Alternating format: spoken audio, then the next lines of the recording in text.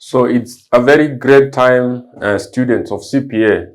We meet for this session. This is your normal tutor, CPA Dinochoi.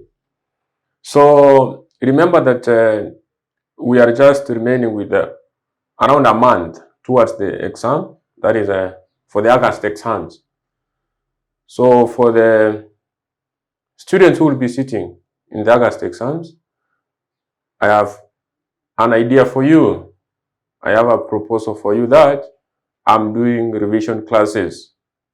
I'm doing block revision. So mostly I focus on financial reporting and advanced financial reporting beside financial accounting, leadership and management, in partnership with my fellow lecturers to cover for the other remaining units. So there's block revision which is ongoing, which you can be able to join, and you will be able to learn more so that you can be able to be well prepared to sit for the August exams. So today, I would like to look at one question which was tested in the advanced financial reporting and analysis. So before I go to that advanced financial reporting and analysis, remember that I've said that we are doing block revision. Block revision. So what you can do is just you can be able to contact me through this number so that you can get more info about the session. For you to attend my block revision classes, you can be able to contact me through this number. So let's look at advanced financial reporting. Advanced financial reporting. So the advanced financial reporting. Advanced financial reporting and analysis question. And analysis question 2. April 2023. So remember that this is a very common question. It's becoming common because currently they have been testing it from time to time. So it's a question whereby you find that initially there is a percentage which was acquired. Let's say they acquired 25% initial from sometimes back. That is the parent acquiring 25%. Then during the year, it adds that 5%. So remember that from this start of the year up to this period, this company, let's say if it was B, which acquired S, the 25%. From this period up to this period, this company was an associate. But now going forward, by the end of the year, if we say 25% plus 35%, so we will have a 60%. By the end of the period, it will be 60%. So meaning that by the end of the period, this company is a subsidiary. This S, which was acquired, is a subsidiary. This entity, which was acquired, is a subsidiary. So when doing a consolidation of this kind, this one we call it a step-up consolidation. A step-up consolidation.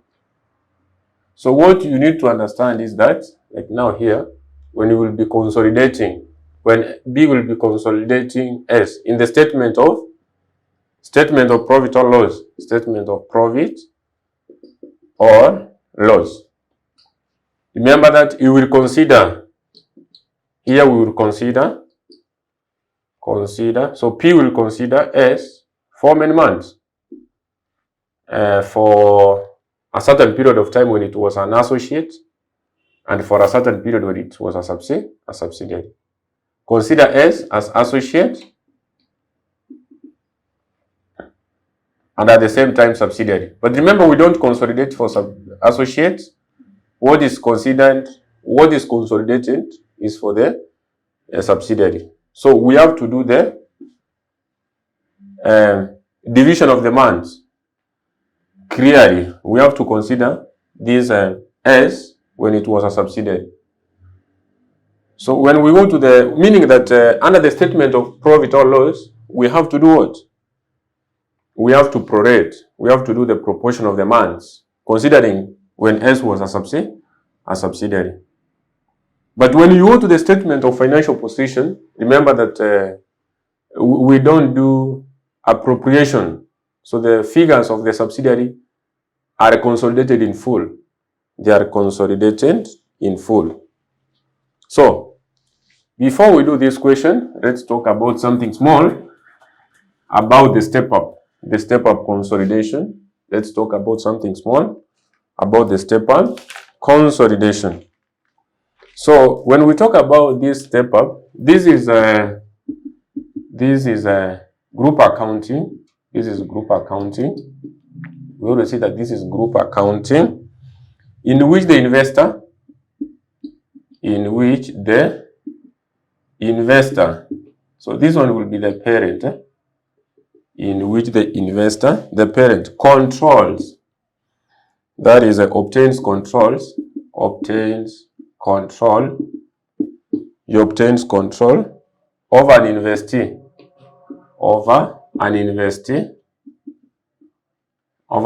Let's say, for example, we have a subsidiary over an investee. Let's say we have the subsidiary through many transactions.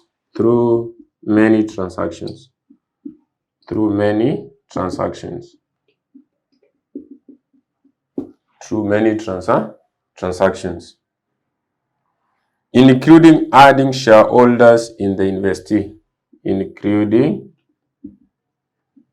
Adding the shareholding in the investee. Like now here you can see it was initially 25%, then 35% was added. So there was some shareholding which was added. We say again, when an investor obtains control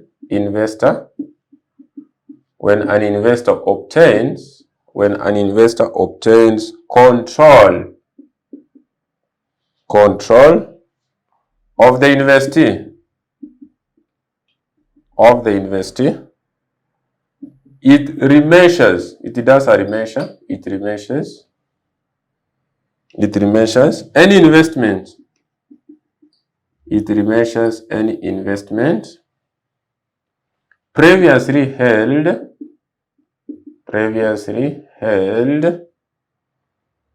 at fair value, at market value, that is, at fair value, and consolidate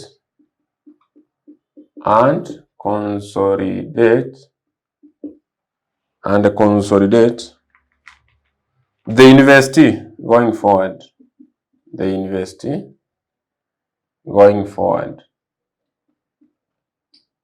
Because on this scenario, the initial percentage was 25%. Then there was an addition of 35%. So when the parent will be consolidating this entity as a subsidiary by the end of the period, we have said that when an investor obtains control of the investee, it remeasures any investment previously held.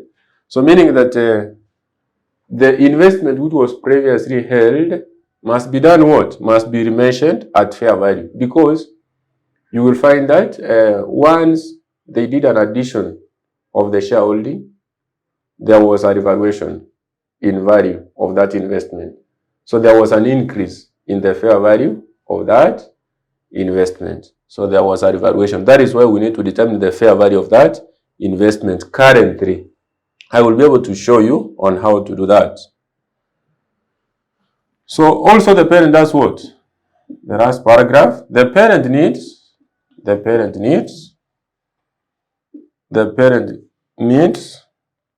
to determine, so you must determine, the parent needs to determine gain or loss, gain/loss on the recognition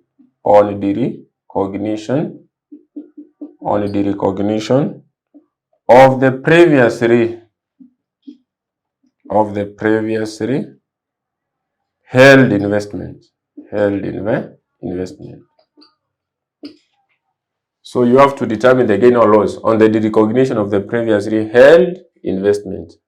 The 25 which was derecognized. So we need to determine the gain on that. Gain or loss on the recognition of the previously held investment. So let's go to the question. That is the question for April 2023, Advanced Financial Reporting and Analysis. So they were saying that the following are summarized financial statements of P Limited and S Limited for the year ended 31st December 2022. So we have the statement of a financial position as at 31st December 2022.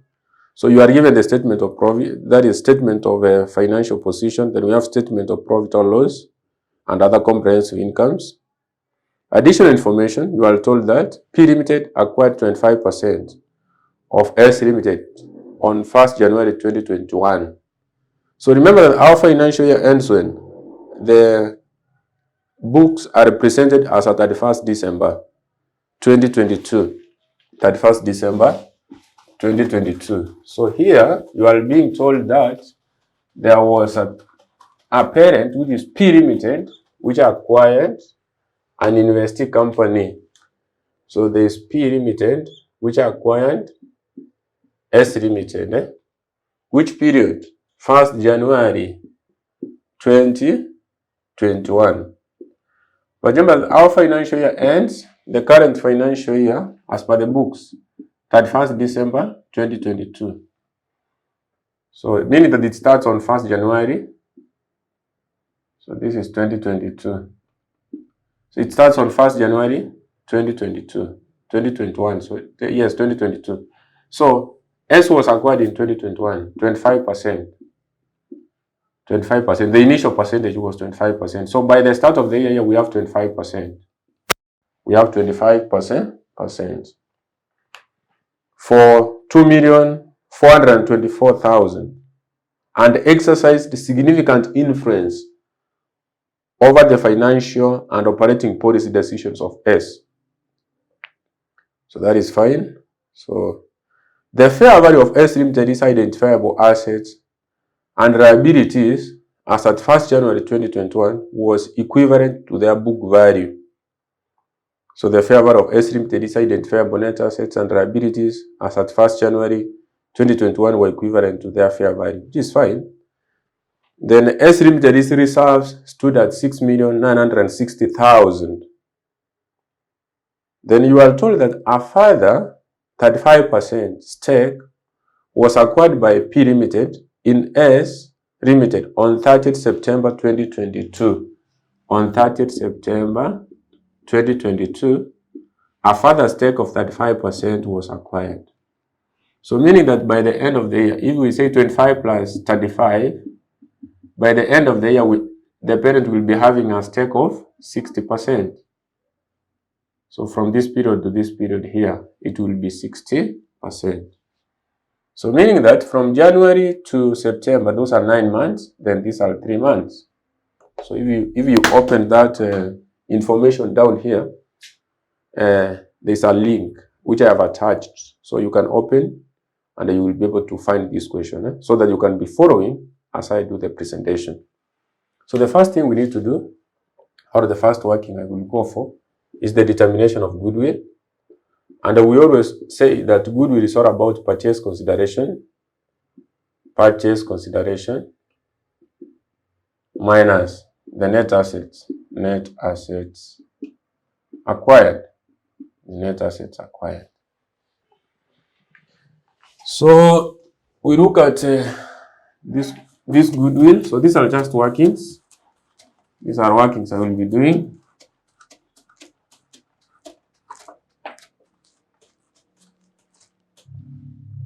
So let's look at purchase consideration. So let's look at the purchase consideration. So remember that here, the purchase consideration will not be 1. So we have goodwill, determination, goodwill of S. So shillings in what? Shillings in, according to the equation provided here, this is shillings in thousands. So shillings in thousands. So remember that we do goodwill, we always compute goodwill as at the time when the entity was a subsidiary. When the entity was what? A subsidiary.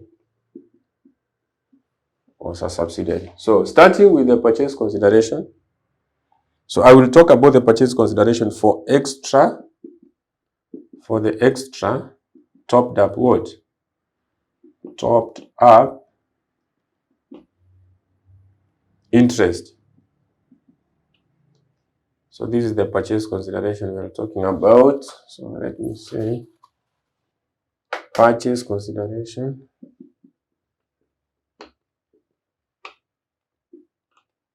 So the purchase consideration. So we start with the extra topped up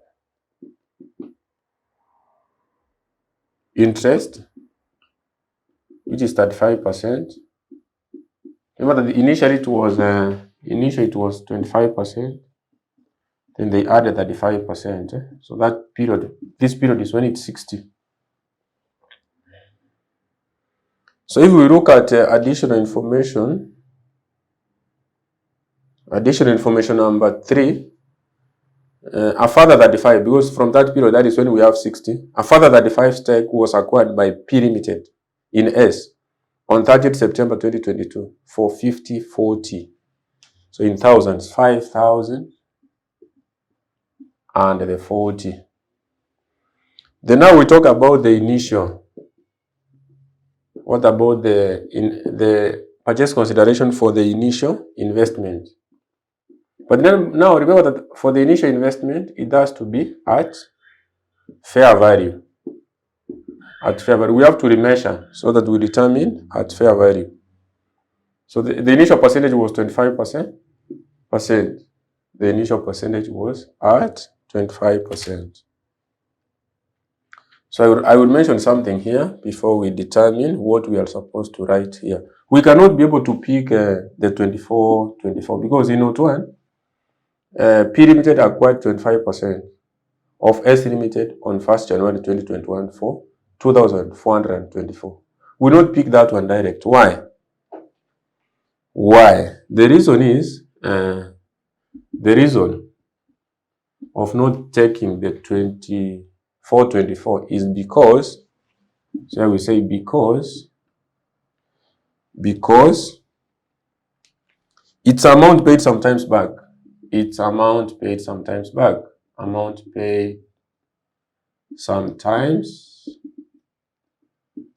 back. Remember that this subsidiary was acquired sometimes back, 1 year ago, during acquisition, and the investment has now increased in value. So because it's amount paid sometimes back during acquisition, during the acquisition,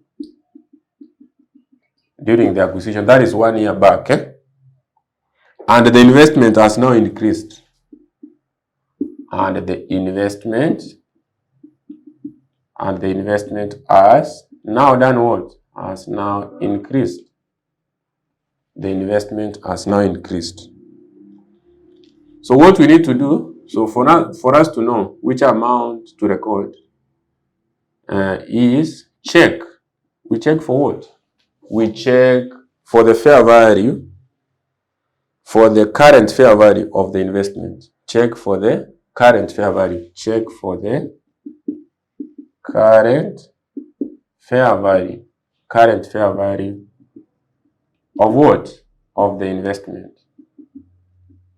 We need to check for the current fair value of what? The investment. We need to check for the current fair value of the investment. Because we have said now goodwill will be computed as at what? The time S was a subsidiary. So we need to check the current fair value of the investment. So we need to avoid the 25%. We need to avoid the 25%, but add it to what? Add it with 35% so that we have the 60. So to determine the fair value, how would I be able to determine now? Determine this fair value. Check the current fair value of the investment. So determining this, that is, anyway, i.e., or you can say that is, how will it be determined? How will it be determined? The current fair value of the investment. Because now, initially, yes, it was 25%. the acquisition which was done some times back. So there is an increase which has been done, the 35%. So that is 25 plus 35, that is when we have 60 for the last period of the year. And that is the time the investees are subsidiary. So we cannot go with the investment which was provided direct, the 2,424,000. Instead, we need to determine the current fair value. So what we need to do is all about going to the share capital. Go to the share capital. Share capital, we have shillings 1 per value, the share capital of S. The share capital of S. We have, so doing that, we say 25% times the share capital, which is 960, times what? Times the current share price. So remember that the current share price, in addition information number 3, you were told that as at 30th September, when the additional stake happened, so as at 30th September 2022, S Limited share price was 14.5. Was 14.5. Remember that our share capital is 960 and the share price was 1. So it remains to be 960. So if I use my calculator, if I pick my calculator and use it to get these values. So here I will be able to say 0.25 times 960 times what? Times 14.5. So I will arrive at 3480. I will get 3480. So 3480, the 3480, that is what you are supposed to determine here. The current fair value of the investment. So you determine the current fair value of the investment. So since it was full method, because we said in the additional information number 6, you were told that P Limited directed to measure the non-controlling interest as at the date of acquisition at fair value. So we use full method. Full method. So remember that when NCI stated at fair value, NCI stated at what? At fair value. But now, do we have the fair value of NCI? No. How will you be able to determine fair value of NCI?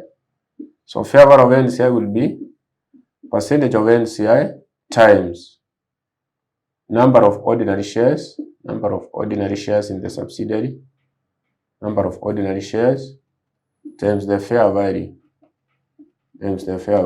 So here you can see the NCI currently is at 40%. When these entities are subsidiary, it was 40%. Number of ordinary shares in the subsidiary is 960 because that is the capital of S. Per value is shillings 1. We remain with that 960 times the share price, which was given at 14 point. That is according to additional information number 3. It was provided at 14.5. At 14.5. So this one gives us what? The fair value of NCI of, so 0.4 times 960 times 14.5. So we get 55. So fair value of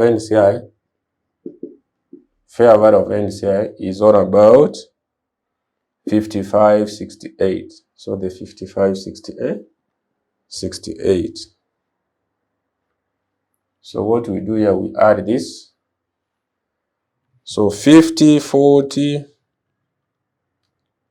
plus 34.80 plus 55.68. So that is 14.088. 14.088. Then finally we deduct what? We deduct the net assets. Net assets acquired. So the net assets, remember that on the point from when this entity was a subsidiary is given, a further that 5% stake was acquired by P Limited, that is now the 3, in S on 30th September 2022 for 5,040 shillings. So the fair value of the S Limited is identifiable assets and liabilities as at the date, as at that date was 11,040. So this is 11,040. So if you minus this, so our goodwill will be,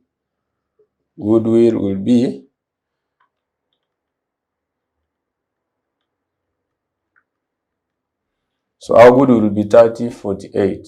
3048. That is the goodwill. So that is the working we have done, the first working. We are done with the first working. So another working I can be able to do before we go to the presentation of the statement of profit or loss.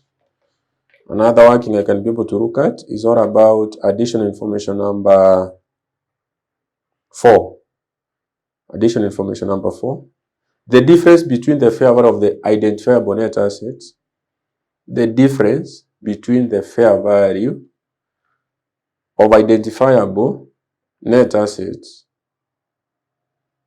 and liabilities of S and their book value was due to brand. So that difference. So the brand was estimated to have an average remaining useful life of 5 years from 30th September 2022. What are net assets? These are the equity components. The net assets are equity items.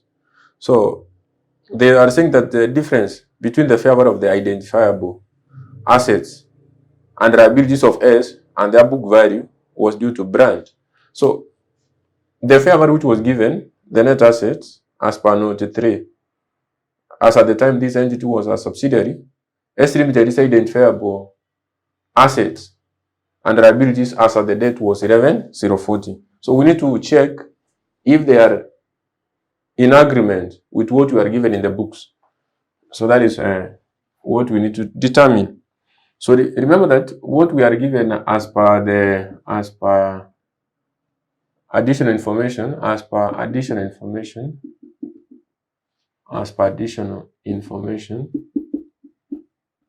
so the reported value, the fair value of the assets, of net assets. So fair value of net assets, you are given 11, and that is according to note 3, that is 11,040. You are given that 11,040. So we need to check what we have in the books, in the balance sheet. So in the balance sheet, so the book values, So what are the book values? So the book values which are given, so start with ordinary share capital, given there. So the ordinary share capital. So the ordinary share capital which is provided in the equity part is 960. So we have 960. Then there's something they call revenue reserve. But now remember that the revenue reserve I will be considering here is as acquisition. As at the date of acquisition.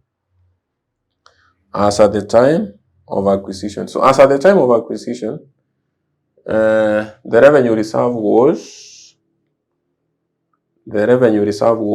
that is according to note 3, after being given 11,040, they said, and S Limited, this revenue reserve stood at 9,360. 9,360.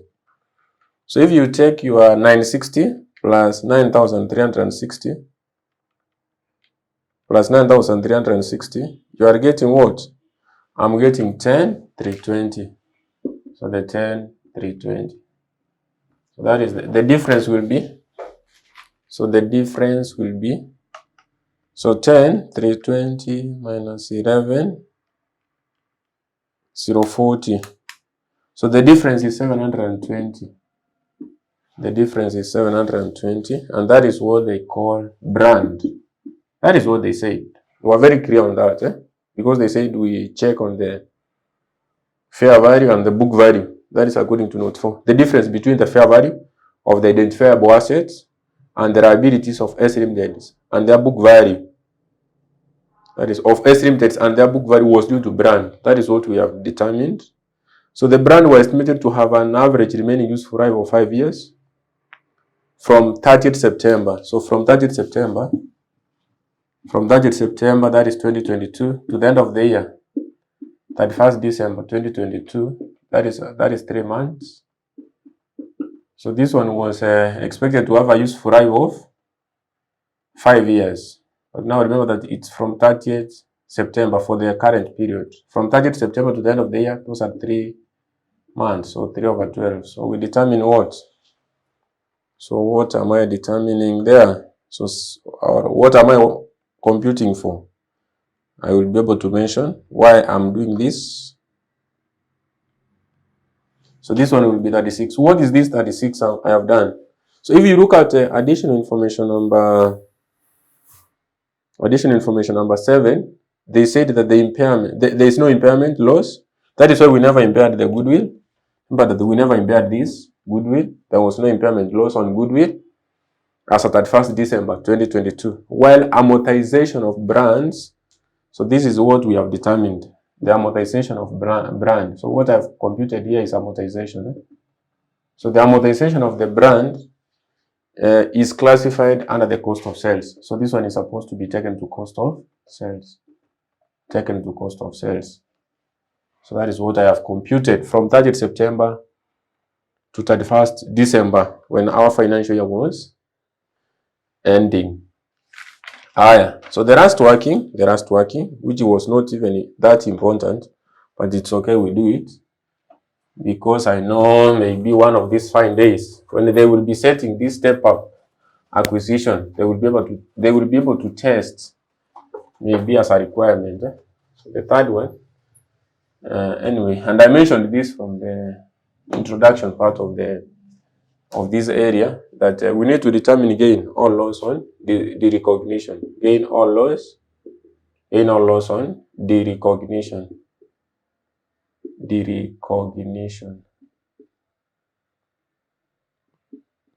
Remember that 25% was derecognized because they added what? 25% of acquisition was derecognized because they added 35%. So by the end, we were having 60%. So derecognition of the 25%. Derecognition of the 25%. So this is from which entity? It was derecognized from associate to subsidiary. So the derecognition was from associate. The investment was from associate to subsidiary. The derecognition was from the investee company being derecognized from being an associate to subsidiary. What am I supposed to do here? Check fair value. Check fair value. So you check the fair value of initial investment. Check fair value of initial investment. Check the fair value of initial investment. Check the fair value of initial investment. Less you deduct the book value. Book value of the investment. Book value of the investment. Book value of the investment. So if we go to our question, the fair value of the investment was fair value of the investment. Because in order to determine the gain or loss, you just compare the fair value of the initial investment less the book value of the investment. So remember that we determine this at a certain point by saying that 25% of the capital, which was 960 times 14.5. So this was the share price. This is a point we determined this, and we arrived at 34 what? 34.80. The 34.80. That is what we got. So now what we need to check is the book value. Deduct the book value. Book value of the investment. Book value of the investment. So we need to check the book value of the investment. So book value of the investment. So for the book value of the investment, we start with the initial. So the initial investment.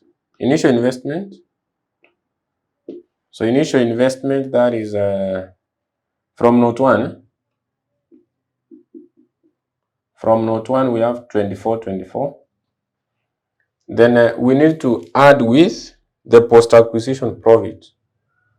post-acquisition profit.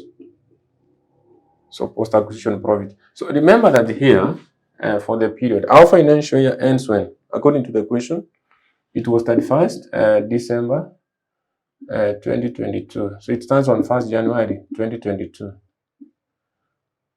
So remember that here we have 25%. And by September, they added 35. By 30th September, it was 30th September 2022. So initial investment from the time the 25% was acquired, the initial investment was 24. So then now we talk about the post-acquisition profit. Post. So remember that the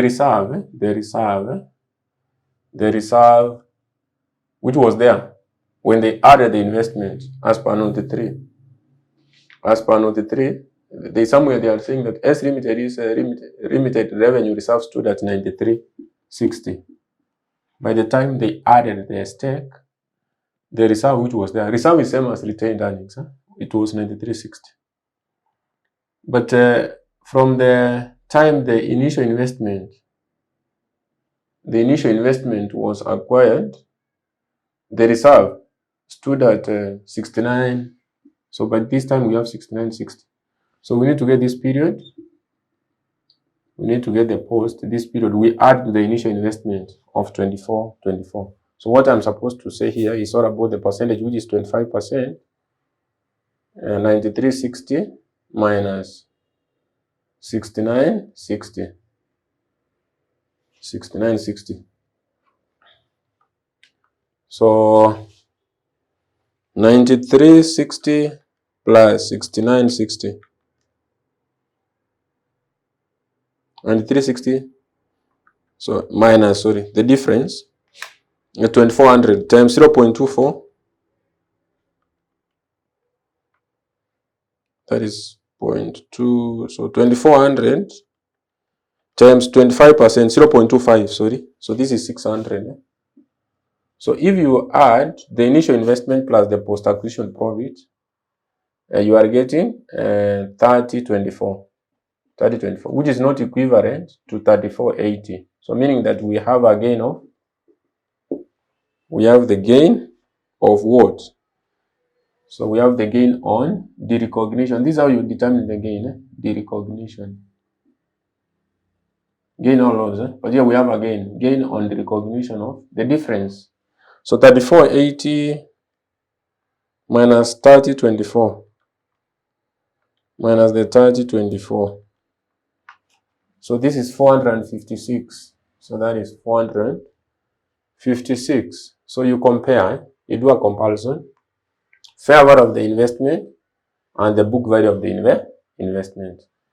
So once we have done that, working number 3, if I'm not wrong, I can go direct in a simpler way and present the relevant statements.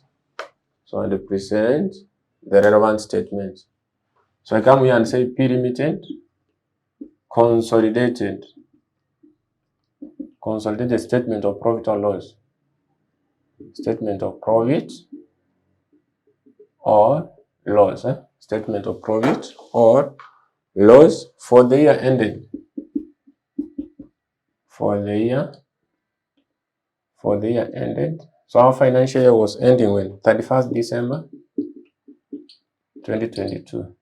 31st December 2022.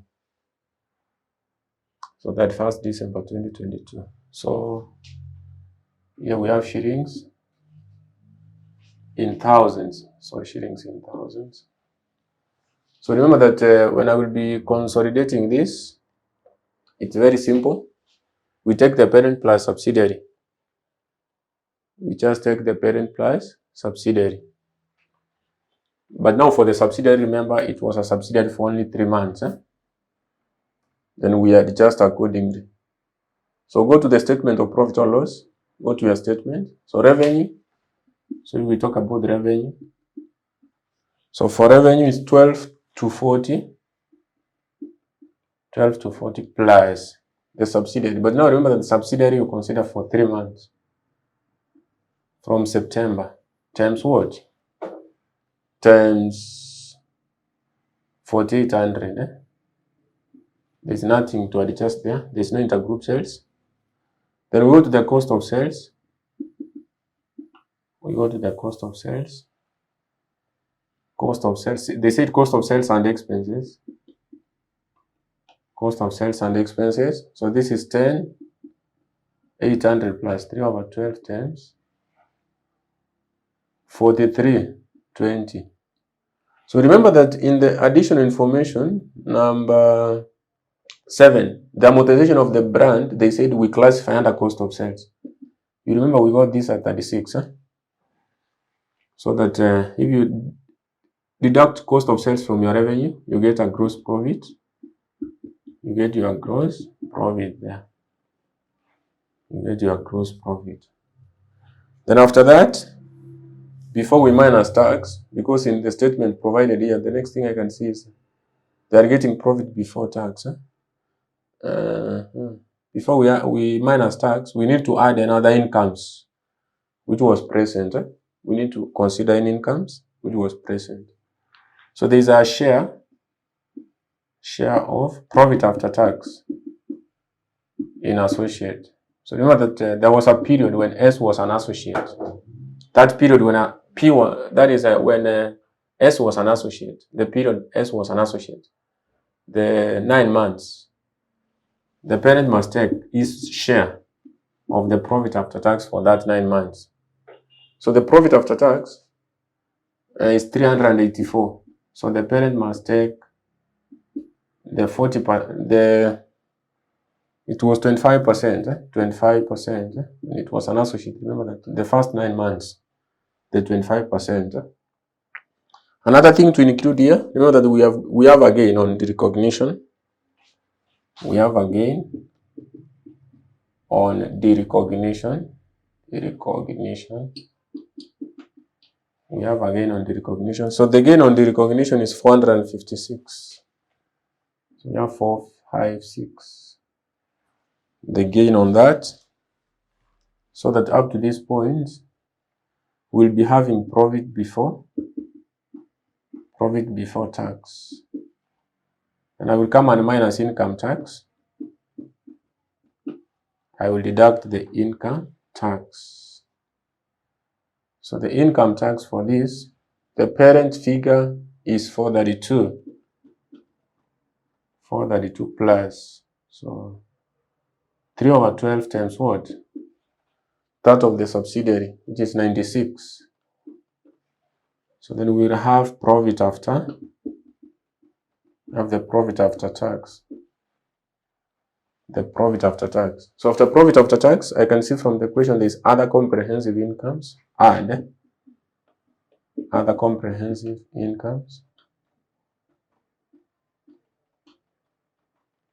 Add other comprehensive incomes. Anyway, before we continue to other comprehensive incomes, let's just get these figures, the final figures for what we have done.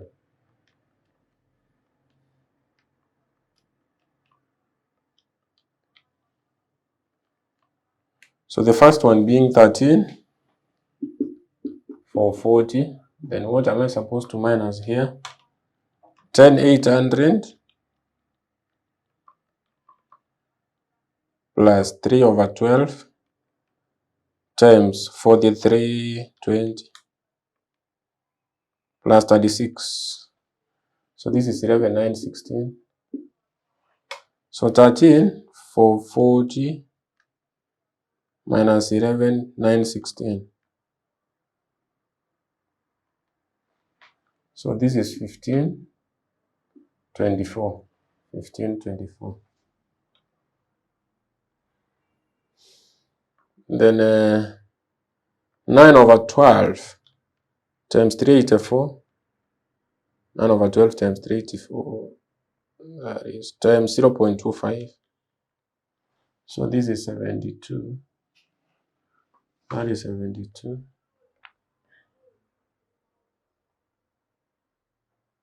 So 1524 plus 72 plus 456. that is 2052. Then income tax, that is 432 plus 3/12 times 96. So this is 456. So you deduct here.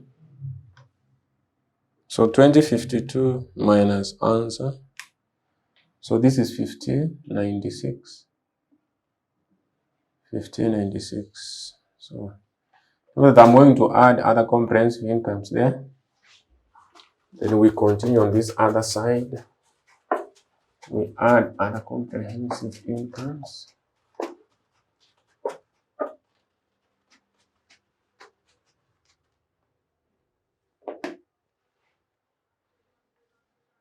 So other comprehensive incomes, so we have the aspect of a gain on property revaluation, net of tax. So items that will not be reclassified to profit or loss. So remember that this is not the gain. Why are they saying that item that is not to be reclassified to profit or loss? So this is not the revaluation gain on property is not a business income per se. It's not a business income. Eh? So this is just an equity. So this is just an equity. So we have a revaluation gain. Eh? So the revaluation gain on that additional information is provided as what? 288 for the parent, 288 for the parent, and for the subsidiaries 96, plus 96 times what? 96 times 3/12. So I have said this is not directly related to the generation of business. This is not a business income. So it's an equity, meaning that there must be share from this 96 under the subsidiary, this 96 under the subsidiary, there must be a share which is attributable to the minority shareholders. So there must be revaluation gain. Sorry, not non-controlling interest, but associate. Revaluation gain, there must be something which is attributable to the associate. Revaluation gain in associate, not the non-controlling interest. So revaluation gain in associate, so we must say 25% times what? Times the 96, but now times 9/12. Times 9/12, the period for the associate. So up to that point, what are we getting? Up to that point, what are we getting? 288 plus 96 times 3/12. So this is 312. So that is 312. What about this one going to the associate on the 96?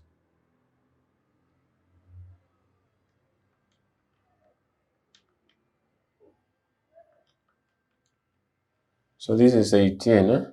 So that is 18. So total comprehensive income.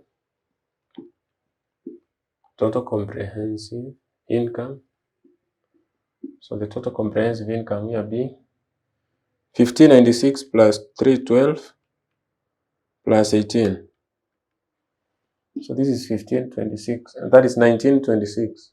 So 1926. So then now we have to share these profits. So the profit after tax must be shared, and this one must be shared. So share profit after tax. So we must share this one to NCI and the parent. The same way we have to share the other comprehensive incomes. Share. So this one meaning that here I will share 1596 to this and this. Then I will come here and share other comprehensive incomes. Share other comprehensive incomes. So I will share other comprehensive income again to NCI and to parent. So meaning that here I will share the total which is 1296. 1226. So sharing the profit after tax. Profit after tax. So working, we do a short working here. So we do a short working here. So we share the profit after tax. So the profit after tax, if you go to your statement of profit or loss, the profit after tax of S, profit after tax of S Limited is which figure? You can see from the income statement of S is 384. So you say 384, but now remember it was a subsidiary for 3 months, times what? 40%, the share of the NCI. The share of the NCI. So if you do that, 384 times 3/12 times 0.4. So you get 38.4. But this is a working I'm doing. Then you adjust with the amortization. So you raise amortization. So you deduct amortization.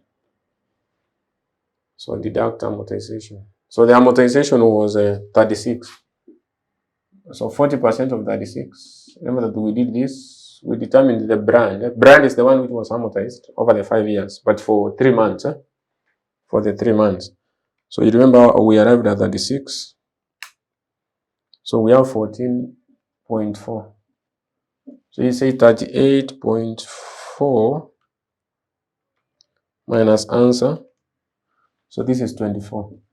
So this one will be 24. So if I take 1596 minus 24. So 1596 minus answer, it will be 1572. 1572. I will be getting 1572. So let's compute for the other comprehensive incomes. So the share of other comprehensive incomes, what is going to the minority shareholders and what goes to the parents. So for this one, the next working for the OCI. So what goes to the NCI? Here I would say, remember that we have the 24. I will talk about the 24. What we have here plus. Remember this 96, this 96, this 96 will be attributable. It's an amount which will be attributable to the NCI. These are total 288. This one is attributable to the parent only. But now here we have a share to the minority shareholders. 96 times 3/12, the period when it was a subsidiary, times 40%. Times 40%. So that is how we are supposed to get what is attributable to what? To parent. That is, we determine what is attributable to the NCI, not parent.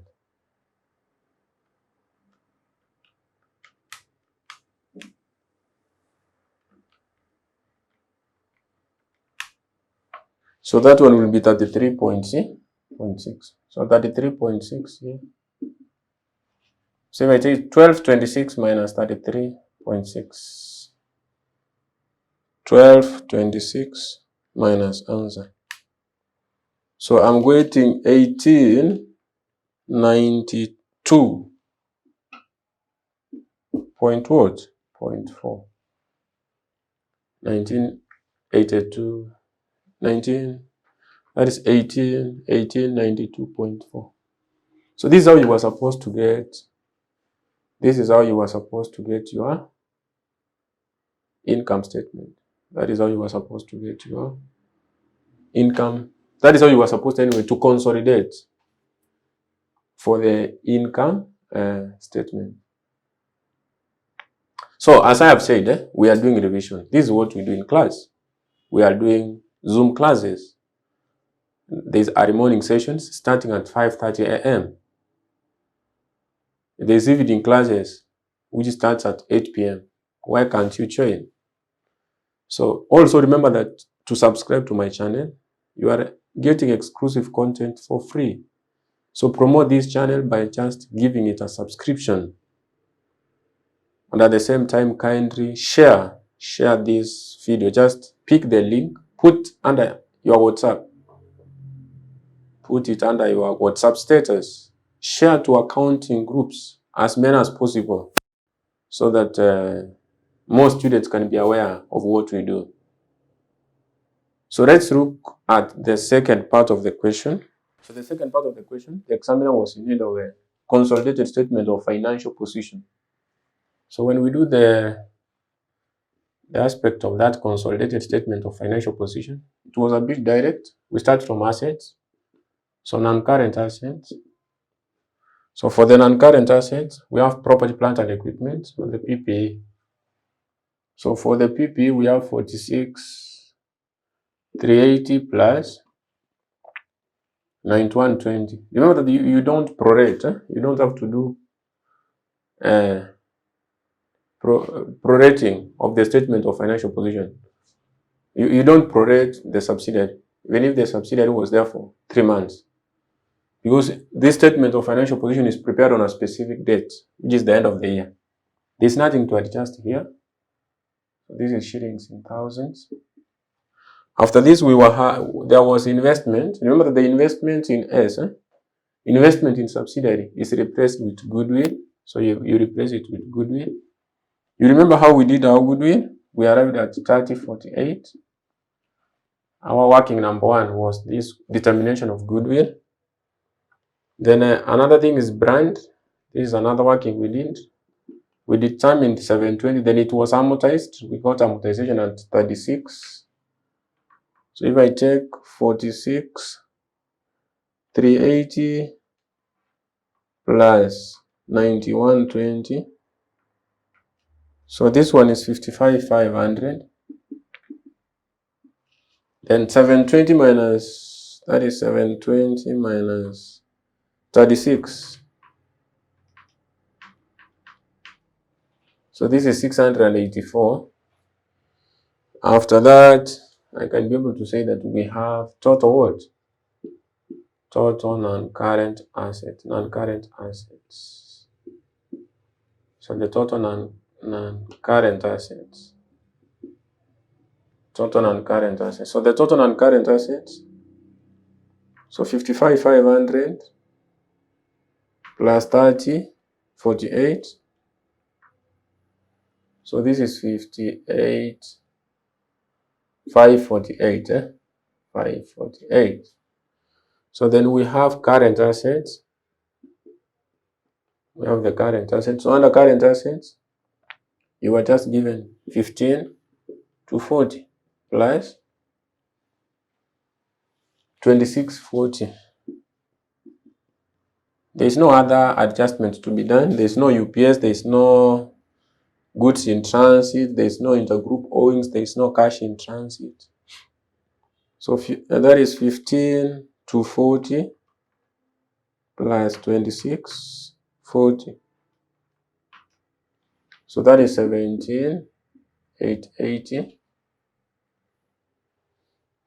So up to this point, we have total assets. We have total assets. Total assets. So 58,548 plus 17.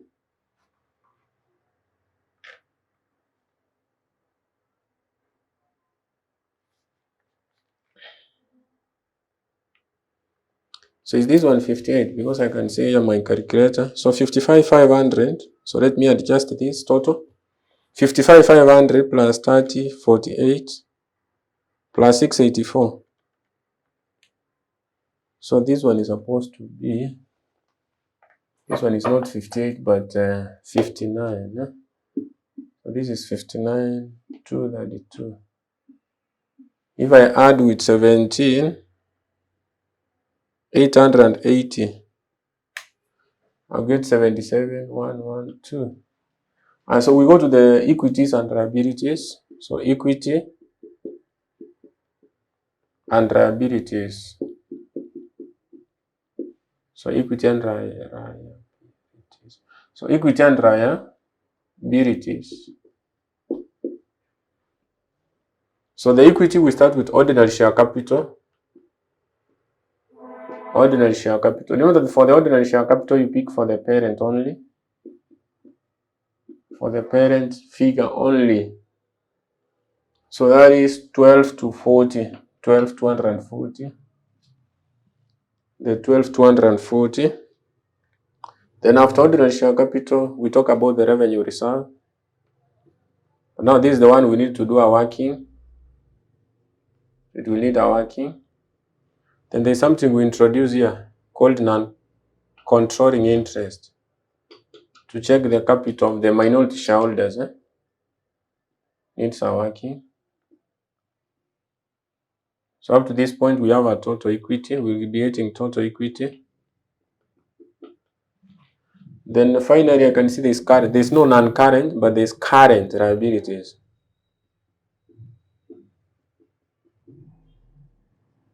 There's these current liabilities. So 8940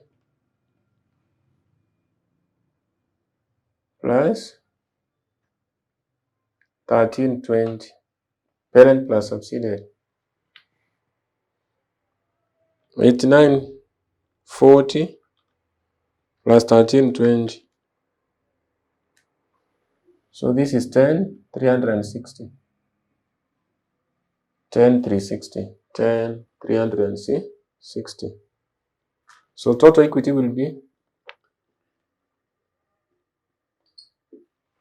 total equity and liabilities. So total equities and liabilities.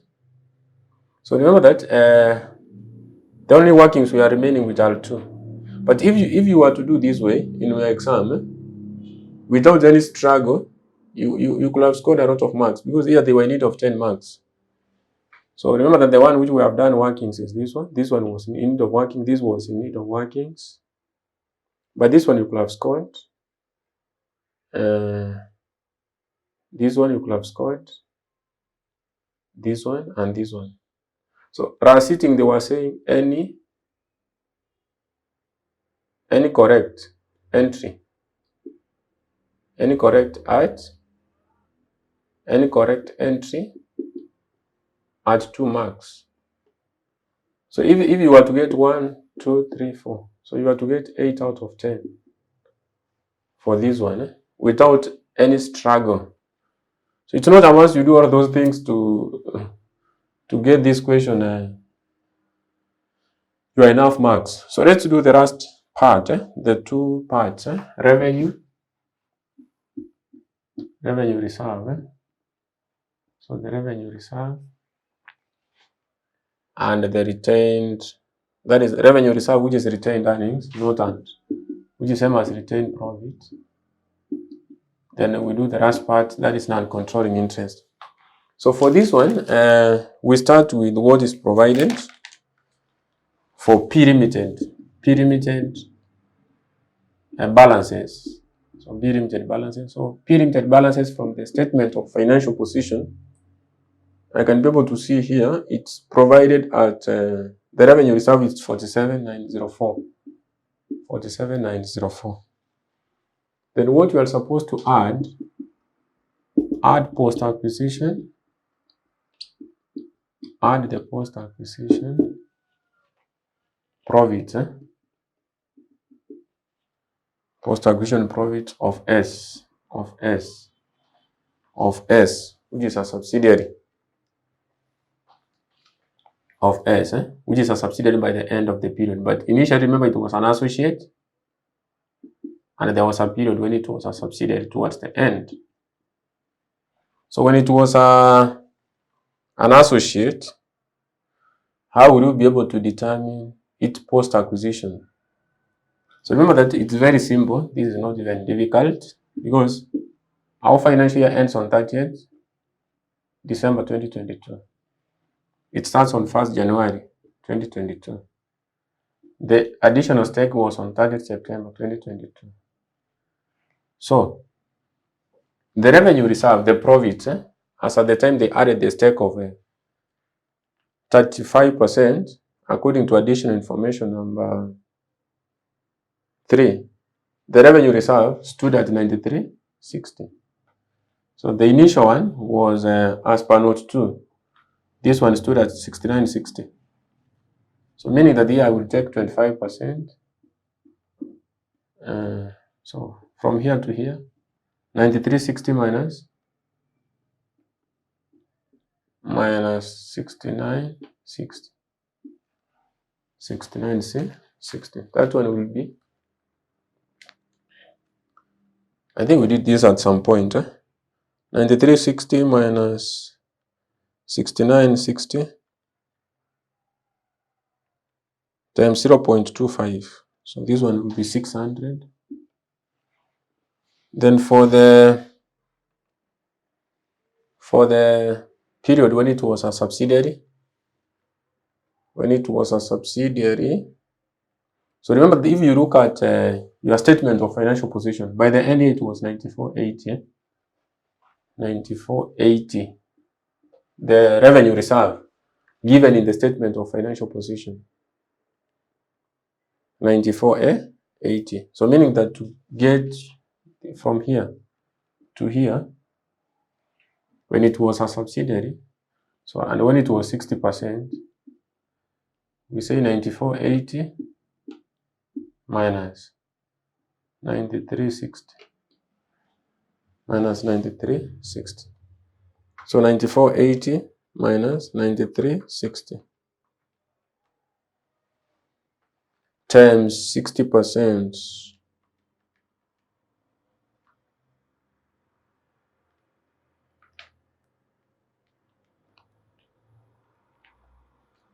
So that is 72.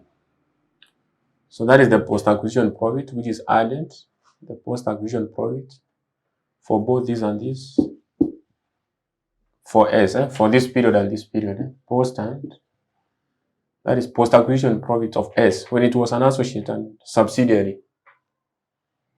Then what are we supposed to add here? What is debited to the retained earnings? The gain. What's credited, not debited? We credit gain on the recognition. There was a gain which was made on the recognition. Gain on the recognition was 456. Then less what? Amortization. That's the amortization. You deduct the amortization. So amortization, remember that it was 36%. 36 times 60%. Times the 60%. So 36 times 0.6. That is 21.6. So up to that point, we have which figure? So if I say 47,904 plus 600 plus 72 plus 456 minus 21.6. Yeah, I'm getting 49,010.4. So that is what you record here. 49,010.4. Then we do the NCI, the last part of the question. The NCI.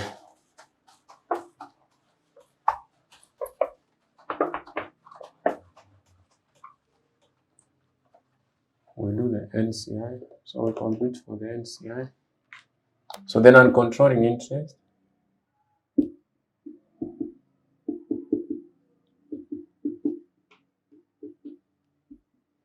So for the non-controlling interest, so we consider the fair value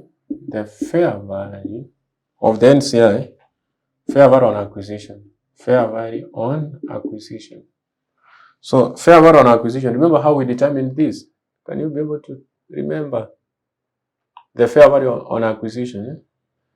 So even when we were doing our goodwill, remember I said you take the share of NCI times the capital, that is the number of shares times the share price, which was 14.5, which was 14.5. So 0.4 times 960 times 14.5. So that is 5568. 5568. That is 5568. Then again, you need to add the post. Add post acquisition profit. Post acquisition profit. So for the post acquisition profit, so when it was an NCI, you remember, so this period from 30th September 2022 to this period here, 30th December 2022. So remember that the profit by the end of the year, it was 94.80. It was 94.80 as per the statement of financial position. Yes, 94.80. As the time they added this take, according to note, I think it was note 3, the revenue reserve was 93.60. So this period is all about 94.80 minus 93.60.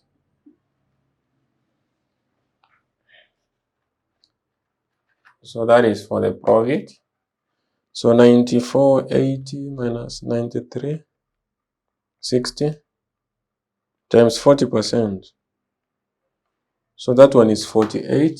So this one is 48. Then lastly, we have to deduct amortization. There was amortization. So the amortization number was 36. So 40% of 36. So 40% of 36. So 40% of 36, that is 14.4. That is 14.4. So up to this point, 5568 plus 48 minus 14.4. So this is 5601.6. So we put here 5601.6. So 12 to 40 plus 49, 010.4 plus 5601.6. So this is 66,852. So that is total equity plus 10,360. You can see I'm getting. So that is it balancing? So we check for that. So that is 12 to 40, 49,010, 56,01.6. So 66. So was this at 10,360? So 89,40 plus 1320. And this is where the mistake is. So this is 260, not the 360. So 66,852 plus 10,260. So that is okay. So 77,112. So and that one is well balancing. So in an exam anyway, it's not all about balancing as a student. It's all about getting more entries as possible. So make sure that, like now, the way I started doing this question without a lot of workings. Anyway, there were 2 workings and others I did earlier. But I said, without those workings, you could have scored 8 out of 10. So do the question in a structured way before you go to another workings which may be required. So make sure that you spend your time well in terms of revising. Make time to attend my classes, the classes which are ongoing. It's not a small cost.